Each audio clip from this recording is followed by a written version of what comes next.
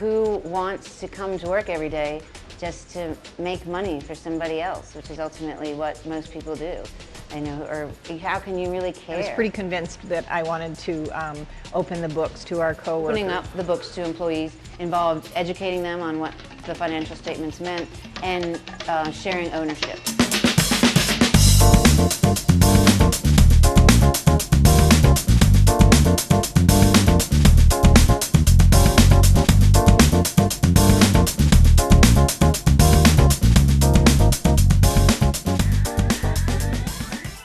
We have tried to make our relationship with our coworkers in terms of the business of running the business very transparent, and I think that's another kind of foundational piece of who we are.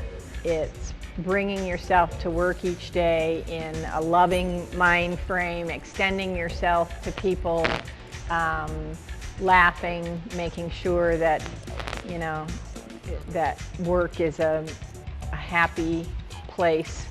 Does this fit your impression of most companies that you know of? Probably not. That's because the owners of this company, Jeff Liebisch and Kim Jordan, decided early on what their values and goals were. Sure, overall the goal is to make a profit, but for Jeff and Kim, there's more to it. Having fun and allowing their employees to have fun with what they do is also important.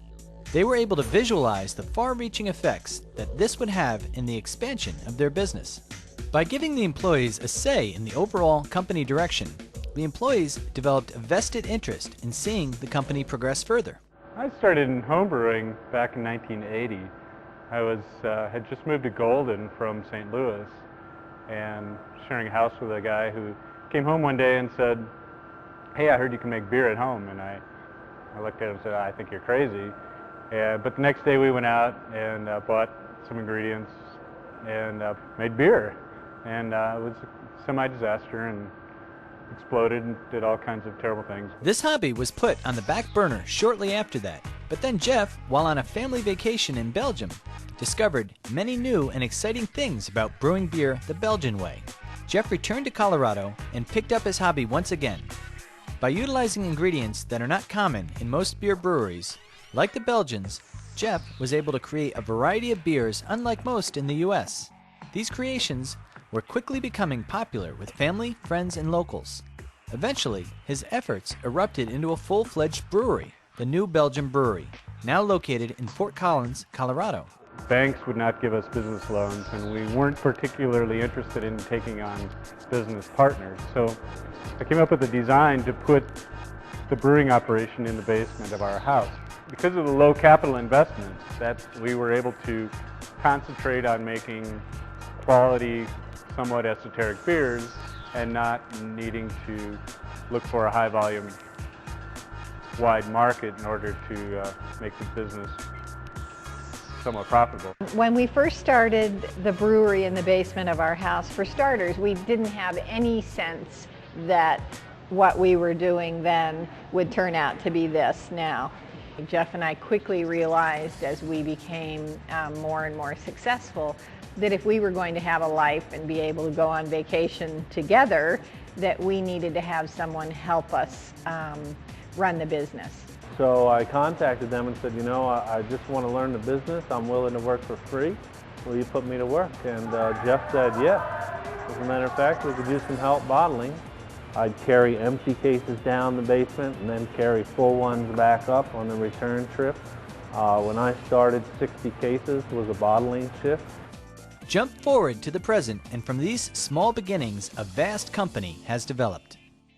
We just rolled with it, and we listened to our customers, we responded to what they wanted, and they wanted more beer, and that was intoxicating, so to speak, feeling to have people saying, "We really want your beer, can you make more beer and send it to us?" As New Belgium began to produce more beer, they needed to bring additional employees on board. In doing this, an organizational culture for the company began to form. Organizational culture is a firm's shared values, beliefs, traditions, philosophies, rules, and role models for behavior. This structure of organization directly affects the business's costs and efficiency. While on a hike in Colorado, they discussed the principles that were important for them in business, and from this, they developed the New Belgium's core values and beliefs. When I first started working here, the first couple of years, it was a classic environment where you had to try and remember to put the financials away before you went home for the night and not leave financial information on the copier and things like that. In '95, Kim realized that in order to further the culture that she wanted, that employees had to be involved with all aspects of the business, and that included the financial aspects. So Kim and I went to a few conferences, read a few books, and started Open Book Management in 1996. Open Book Management is primarily a way of running the company where employees have access to financial information. We train people to be financially literate, because it's my belief, and I think most open book management practitioners would agree, that you can't just hand people the books, because people need to know, what does that mean? The biggest changes in the brewery for me were the open book management, even more so than the ownership of the company. Once Kim and Jeff decided to let us all know where everything was going, it made it real important for us to keep count of every keg. Any cases that are damaged, you know, it all adds up. This was our initial foray into somehow making a statement that that we understand that it takes more than Jeff and I to get beer out the door, and that it's important that we share in all of that benefit, and frankly the risk too. You know, it's important that employee owners are thinking about the benefit and about, you know, investing for the future and about risk, and that it's a very real experience. From this culture, an organizational structure developed. Structure is the arrangement or relationship of positions within an organization. New Belgium breaks its operations down into departments which then focus on particular issues within the company. For instance, the Wastewater Management Department deals specifically with water reclamation, whereas the Quality Assurance Department looks mainly at the standards associated with the product being produced. QA is responsible for overseeing the quality of the beer, and we're also responsible for making sure that the beer stays clean all through the process.